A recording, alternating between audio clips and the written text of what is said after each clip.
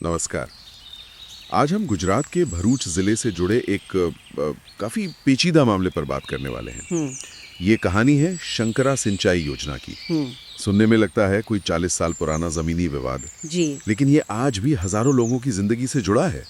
हमारे पास डॉक्टर भाविन वसावा की तरफ से कुछ जानकारी और दस्तावेज हैं जी। और आज हम इन्हीं के आधार पर इस पूरे मामले की तह तक जानने की कोशिश करेंगे। देखेंगे कि माजरा क्या है। मतलब सोचिए, एक सरकारी योजना जी। जो दशकों पहले मतलब रद्द हो चुकी है। जी, रद्द हो चुकी हाँ, है।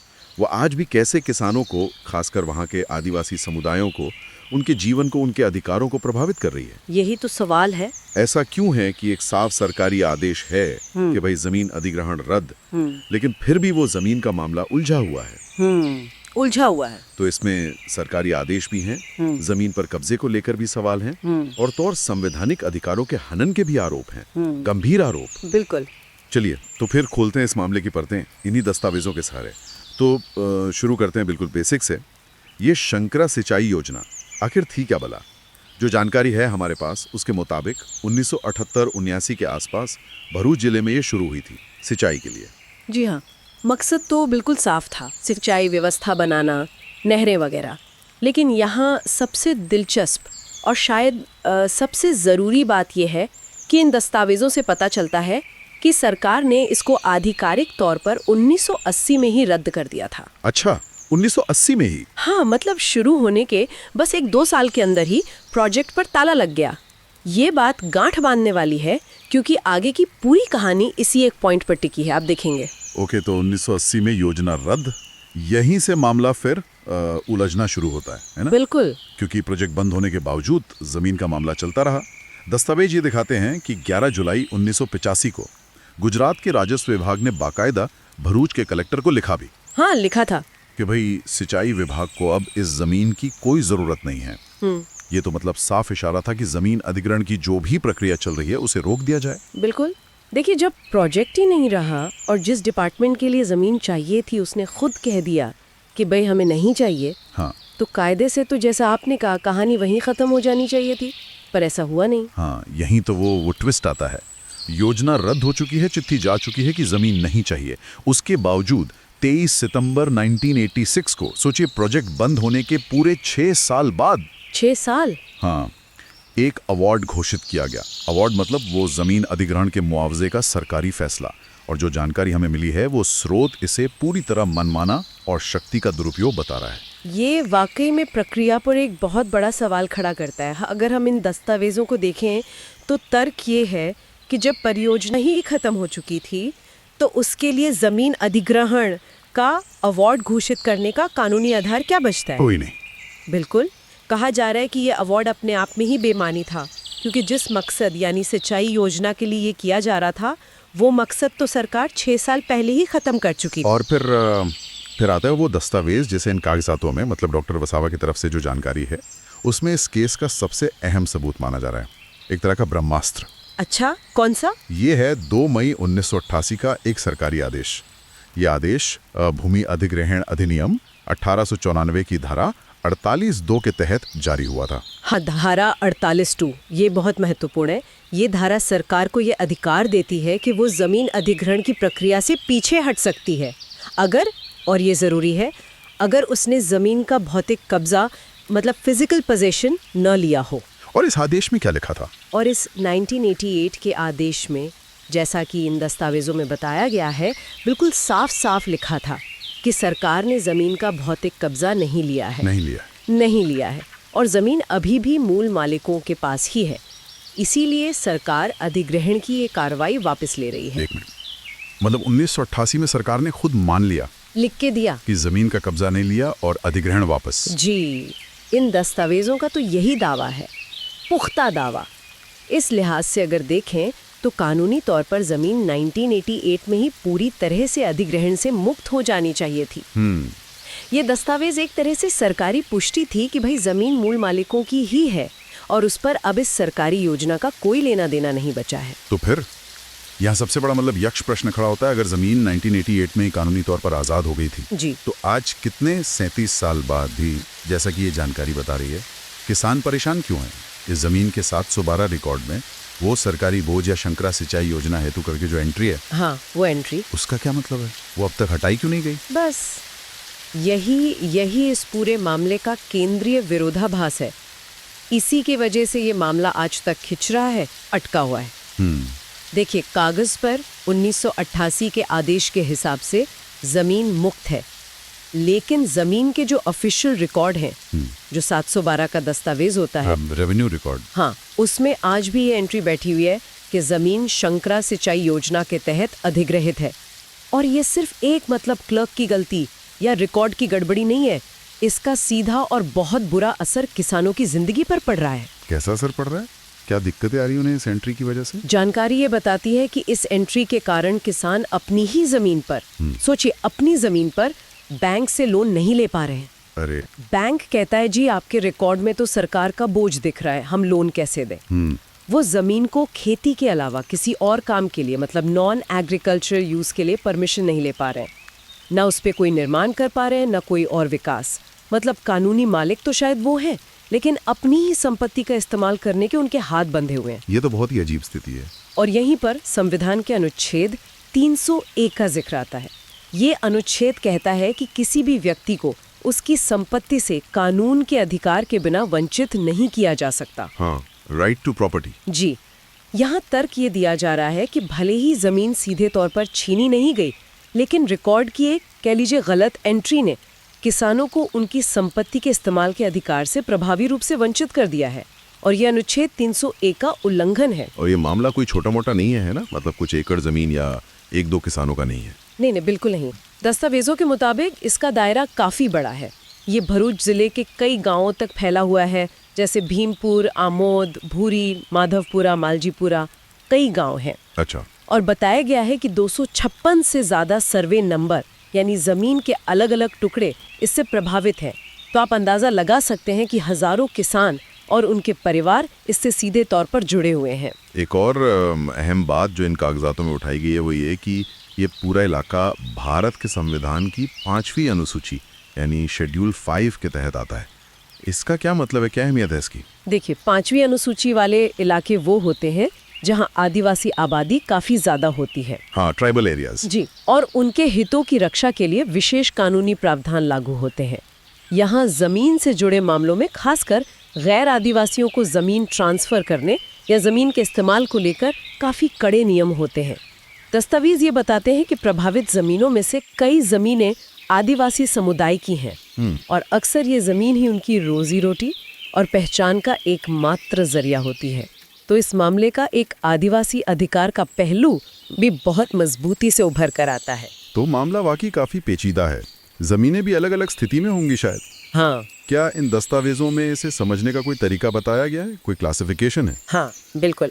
मामले की जो जटिलता है उसे बेहतर ढंग से समझने के लिए डॉक्टर वसावा द्वारा दी गई जानकारी प्रभावित जमीनों को 3 मुख्य श्रेणियों में बांटती है। अच्छा, 3 श्रेणियां। जी, और तर्क ये दिया जाता है कि तीनों ही श्रेणियों की जमीनें कानूनी रूप से मूल मालिकों को वापस मिलनी चाहिए, खासकर 1988 के उस आदेश के बाद। हाँ, तो क्या है ये 3 श्रेणियां? देखिए, पहली श्रेणी में वो जमीनें आती हैं जिनके लिए 1986 में अवार्ड तो घोषित हुआ था। हाँ, वो 6 साल बाद वाला अवार्ड। जी, वही अवार्ड घोषित हुआ, लेकिन दस्तावेजों के मुताबिक भौतिक कब्जा, फिजिकल पोजीशन कभी नहीं लिया गया। कब्जा नहीं लिया? हाँ, उदाहरण के तौर पर माधवपुरा गांव में स्टाफ कॉलोनी या ऑफिस बनाने के लिए जो जमीन चिन्हित थी, या भीमपुर में नहर के रैंप के लिए ली गई जमीन। यहाँ तर्क ये है कि 1988 के सरकारी आदेश ने खुद पुष्टि कर दी कि कब्जा नहीं लिया गया। और चूंकि सिंचाई योजना तो 1980 में ही रद्द हो गई थी, इसलिए 1986 का अवार्ड भी अपने आप में शून्य यानी वॉइड, बेअसर हो जाता है। लॉजिकल है। हाँ, और अगर इन जमीनों पर आज कोई सरकारी कब्जा दिखता भी है तो उसे अवैध माना जा रहा है। इन कागजातों में ये भी कहा गया है कि इन सर्वे नंबरों को वापस न देने का कोई अलग से सरकारी आदेश भी मौजूद नहीं है। ठीक है, ये वही पहली श्रेणी, अवार्ड हुआ पर कब्जा नहीं। दूसरी कौन सी है? दूसरी श्रेणी थोड़ी और पेचीदा है। इसमें वो जमीनें हैं जिनका अवार्ड तो हुआ, लेकिन उनका इस्तेमाल मूल उद्देश्य यानी सिंचाई के लिए ना होकर किसी और ही काम के लिए किया जा रहा है। अच्छा, जैसे? सबसे बड़ा उदाहरण दिया गया है भीमपुर में मुख्य नहर क्षेत्र की जमीनों का। जहां इन दस्तावेजों के मुताबिक अब कथित तौर पर निजी कंपनियों द्वारा बड़े पैमाने पर खनन माइनिंग हो रही है। क्या माइनिंग? जी, माइनिंग। जबकि या तो किसान आज भी उन जमीनों पर खेती कर रहे हैं या वे मूल धारकों के कब्जे में ही हैं। सिंचाई के लिए ली गई जमीन जो शायद 1988 में वापस भी हो गई, उस पर अब प्राइवेट कंपनियां खनन कर रही हैं। ये कैसे हो सकता है? यहीं पर वो कानूनी नुक्ता उठाया गया है जिसकी हम बात कर रहे थे। दस्तावेज सुप्रीम कोर्ट के एक बहुत महत्वपूर्ण फैसले का हवाला देते हैं। यहाँ उसे माता जजमेंट कहा गया है, पर शायद ये 1997 का प्रसिद्ध समता जजमेंट है। हाँ, समता जजमेंट, वो तो लैंडमार्क है आदिवासी अधिकारों पर। बिल्कुल। और इस फैसले का सार ये है कि अगर सरकार ने जमीन किसी खास सार्वजनिक उद्देश्य, पब्लिक पर्पस जैसे कि सिंचाई के लिए ली है, तो उसे किसी निजी व्यावसायिक उद्देश्य, प्राइवेट कमर्शियल पर्पस जैसे कि खनन के लिए इस्तेमाल नहीं किया जा सकता। अटकाव यानी डाइवर्जन ऑफ पब्लिक पर्पस माना जाता है और ये खुद अधिग्रहण को रद्द करने का आधार बन सकता है। यहाँ ये भी तर्क दिया गया है कि आदिवासी क्षेत्रों में जमीन का गैर आदिवासी या निजी कंपनियों को खनन जैसे कामों के लिए देना पीएसए कानून और समता जजमेंट दोनों का खुला उल्लंघन है। सही बात है। और तीसरी श्रेणी क्या है? तीसरी श्रेणी में वो जमीनें हैं जिनके लिए अवार्ड कभी घोषित ही नहीं हुआ। अवार्ड ही नहीं हुआ? जी हाँ, मतलब मुआवजा तय करने की प्रक्रिया कभी पूरी ही नहीं हुई। हाँ, कुछ मामलों में शायद अग्रिम, मतलब 3/4 जैसा कुछ एडवांस पेमेंट किया गया था। एडवांस दिया था। हाँ, लेकिन यहाँ तर्क ये है कि सिर्फ एडवांस दे देने से जमीन अधिग्रहण पूरा नहीं हो जाता। भूमि अधिग्रहण कानून के तहत जब तक अंतिम अवार्ड धारा 11 के तहत घोषित नहीं होता, प्रक्रिया अधूरी है। और चूंकि प्रोजेक्ट 1980 में ही रद्द हो गया था, तो अब इन जमीनों का अवार्ड घोषित करने या अधिग्रहण पूरा करने का तो कोई सवाल ही नहीं उठता। दस्तावेज बताते हैं कि अकेले भीमपुर गांव में ही करीब 58 सर्वे नंबर ऐसे हैं जो इस श्रेणी में आते हैं और इन्हें तो तुरंत मूल मालिकों को लौटाया जाना चाहिए। तो मतलब इन दस्तावेजों के हिसाब से निचोड़ ये निकलता है कि चाहे अवार्ड हुआ हो पर कब्जा न मिला हो, जी, या अवार्ड के बाद जमीन का इस्तेमाल ही बदल दिया गया हो, हाँ, खनन होने लगा हो, हाँ, या फिर अवार्ड हुआ ही ना हो, तीनों ही सूरतों में जमीन मूल मालिकों की होनी चाहिए। बिल्कुल। खासकर 1988 के उस अधिग्रहण वापसी वाले आदेश के बाद तो यकीनन होनी चाहिए। जी बिल्कुल। इन तीनों ही श्रेणियों के लिए वो 2 मई 1988 का धारा 48(2) वाला आदेश एक निर्णायक सबूत, एक ब्रह्मास्त्र की तरह पेश किया जा रहा है, जो ये साबित करता है कि ये जमीनें कानूनी रूप से मूल मालिकों की हैं और उन पर राजस्व रिकॉर्ड में किसी भी तरह का सरकारी बोझ रखना या उन्हें किसी और काम के लिए इस्तेमाल करना सरासर गलत है। इन दस्तावेजों में संवैधानिक और कानूनी उल्लंघनों के कुछ और भी आरोप लगाए गए हैं, है ना? काफी गंभीर लगते हैं। हाँ, कई गंभीर आरोप हैं। पहला, जैसा हमने पहले जिक्र किया, अनुच्छेद 244(1) और पैसा अधिनियम 1996 का। हाँ, पैसा। ये कानून साफ कहते हैं कि शेड्यूल 5 क्षेत्रों में जमीन अधिग्रहण या खनन जैसे किसी भी बड़े प्रोजेक्ट के लिए ग्राम सभा यानी स्थानीय समुदाय की सहमति लेना अनिवार्य है, कंपल्सरी है। बिल्कुल। दस्तावेजों का दावा है कि यहाँ इस प्रावधान को पूरी तरह नजरअंदाज किया गया है, खासकर खनन के मामले में। इन कागजातों में ये भी दावा किया गया है कि भरूच के कलेक्टर ने खुद एक पत्र में ये माना है कि खनन ग्राम सभा की सहमति के बिना हो रहा है। अच्छा, कलेक्टर ने माना है? जी, ऐसा दावा है। अब सोचिए, सिंचाई के लिए कथित तौर पर ली गई जमीन जो अधिग्रहण से वापस भी ले ली गई, उस पर निजी खनन होना, वो भी बिना ग्राम सभा की सहमति के, इसे स्रोत संवैधानिक प्रावधानों का खुला मजाक बताता है। और दूसरा उल्लंघन? दूसरा उल्लंघन अनुच्छेद 300(a) के तहत संपत्ति का अधिकार का, जिसकी हमने बात की कि 712 रिकॉर्ड की एंट्री किसानों को उनकी अपनी ज़मीन के इस्तेमाल से रोक रही है। मतलब कानूनी अधिकार शायद कागज़ पर है, लेकिन ज़मीन हाथ में नहीं। सही। और तीसरा, सुप्रीम कोर्ट के फैसलों की अनदेखी का आरोप, जैसे समता जजमेंट वाली बात हुई, सार्वजनिक उद्देश्य का भटकाव और आदिवासी ज़मीन के हस्तांतरण पर रोक का मामला। यहाँ एक बड़ा विरोधाभास उठाया गया है। क्या? कि एक तरफ 1988 का आदेश जमीन मुक्त करता है, दूसरी तरफ उसी जमीन पर कथित तौर पर अवैध खनन चल रहा है। स्रोत इसे सीधे तौर पर दोहरा मापदंड कहता है और ये भी कहता है कि ये 1988 के आदेश को जानबूझकर दबाने की एक साजिश का हिस्सा है। साजिश किस लिए? मकसद कथित तौर पर खनन और उससे जुड़े लोगों को फायदा पहुंचाना है। ये आरोप लगाया जा रहा है। ये तो बहुत ही गंभीर आरोप हैं। और इन दस्तावेजों के मुताबिक डॉक्टर भाविन वसावा कब से इस मुद्दे को उठा रहे हैं? मतलब कितना संघर्ष चल रहा है? जानकारी के अनुसार डॉक्टर वसावा 2017 से, मतलब पिछले करीब 7-8 साल से लगातार इस मामले को लेकर आवाज उठा रहे हैं। अच्छा, 2017 से? जी, उन्होंने मुख्यमंत्री कार्यालय, प्रधानमंत्री कार्यालय, जिला कलेक्टर, राजस्व विभाग, मतलब हर संभव स्तर पर गुहार लगाई है, दस्तावेज पेश किए हैं। लेकिन उनका आरोप है कि प्रशासनीय उदासीनता, मतलब अधिकारियों की टालमटोल। टालमटोल। हाँ, और कथित तौर पर रिकॉर्ड को सामने न लाने या दबाने की कोशिशों के कारण मामला आज तक नहीं सुलझ पाया है। इन दस्तावेजों में यहाँ तक कहा गया है कि ये सब कुछ अधिकारियों, कुछ राजनेताओं और उद्योगपतियों की कथित मिली भगत का नतीजा है, जिसके कारण सब चुप्पी साधे हुए हैं। तो आज की इस पूरी बातचीत में हमने भरूच के इस शंकरा सिंचाई योजना से जुड़े मामले को समझने की कोशिश की। जैसा कि हमें उपलब्ध कराए गए दस्तावेजों से पता चलता है, कहानी बिल्कुल साफ है। एक योजना जो 40 साल पहले रद्द हो गई।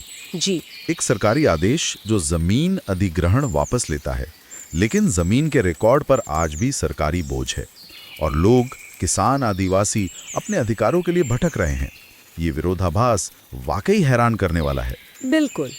और यहाँ जो सबसे बड़ा और शायद सबसे परेशान करने वाला सवाल उभरता है, वो ये है कि कानूनी स्पष्टता, जैसे कि 1988 का वो सरकारी आदेश, और ज़मीनी हकीकत, यानी किसानों की परेशानियाँ, रिकॉर्ड में गड़बड़ी, कथित अवैध खनन, इनके बीच इतना बड़ा फासला क्यों है? हाँ, ये गैप क्यों है? दशकों तक ये फासला बना कैसे रह सकता है? क्या ये सिर्फ सरकारी सिस्टम की सुस्ती है, लापरवाही है, या ये जानबूझकर की गई देरी है जैसा कि आरोप लगाया जा रहा है, या इसके पीछे कोई और गहरी वजह है? दस्तावेज तो इसे सीधे तौर पर एक साजिश और सरकारी धोखाधड़ी का नाम देते हैं, जिसका मकसद किसानों और आदिवासियों के हक को दबाए रखना है। इन दस्तावेजों के आधार पर डॉक्टर वसावा की ओर से प्रशासन के सामने कुछ सीधी और स्पष्ट मांगे भी रखी गई है ना? क्या है वो मांगे? जी, मांगे बिल्कुल साफ और सीधी हैं। पहला, 2 मई 1988 के अधिग्रहण वापसी आदेश को तत्काल प्रभाव से लागू किया जाए, मतलब माना जाए कि वो आदेश है और जमीन मुक्त है। दूसरा, जमीन का भौतिक कब्जा मूल मालिकों को सौंपा जाए, क्योंकि दस्तावेज तो यही कहते हैं कि कब्जा या तो कभी लिया ही नहीं गया था, या जहां लिया गया वो अवैध है। ठीक। तीसरा, सभी 3 श्रेणियों की जमीनों के 712 रिकॉर्ड से वो सरकारी बोझ और शंकरा सिंचाई योजना वाली एंट्री तुरंत हटाई जाए, रिकॉर्ड साफ हो। बिल्कुल जरूरी। चौथा, संविधान के प्रावधानों का, खासकर पैसा कानून और अनुच्छेद 244(1) का सख्ती से पालन सुनिश्चित किया जाए और आदिवासी अधिकारों की रक्षा हो। और खनन का क्या? हाँ, पांचवा, कथित अवैध खनन पर तुरंत रोक लगे और जो भी जिम्मेदार है उन पर कार्रवाई हो। ये पूरा मामला सिर्फ भरूच की एक सिंचाई परियोजना या जमीन के कुछ टुकड़ों का नहीं लगता। यह हमें सोचने पर मजबूर करता है कि हमारे देश में विकास के नाम पर जो परियोजनाएं शुरू होती हैं, वो जब बनती हैं, बदलती हैं या रद्द होती हैं, तो उनका असर और उनसे जुड़े विवाद दशकों तक कैसे खिंच सकते हैं, खासकर तब जब लोगों की जमीन और रोजी रोटी दांव पर लगी हो। बिल्कुल सही कहा आपने। और यहाँ एक गहरा सवाल ये भी उठता है कि क्या हमारे देश में ऐसी और भी बहुत सी स्थितियाँ हो सकती हैं जहाँ कानूनी प्रक्रियाएं शायद कागज़ों पर पूरी हो चुकी हों, सरकारी आदेश जारी हो चुके हों, लेकिन ज़मीनी हकीकत कुछ और हो सकता है। जहाँ लोगों को उनका वास्तविक हक सिर्फ इसलिए नहीं मिल पा रहा क्योंकि रिकॉर्ड अपडेट नहीं हुए या किसी ने जानबूझकर उन्हें उलझाए रखा है। क्या हमारी व्यवस्था में पारदर्शिता, जवाबदेही और आम आदमी की शिकायतों के निपटारे के लिए जो तंत्र हैं, खासकर ज़मीनी स्तर पर, क्या वो वाकई कारगर हैं? ये बड़ा सवाल है। या उनमें बुनियादी सुधार की ज़रूरत है? ये सवाल सिर्फ भरूच के उन किसानों के लिए नहीं है, बल्कि मुझे लगता है पूरे देश में सुशासन और न्याय की उम्मीद रखने वाले हर नागरिक के लिए अहमियत रखते हैं।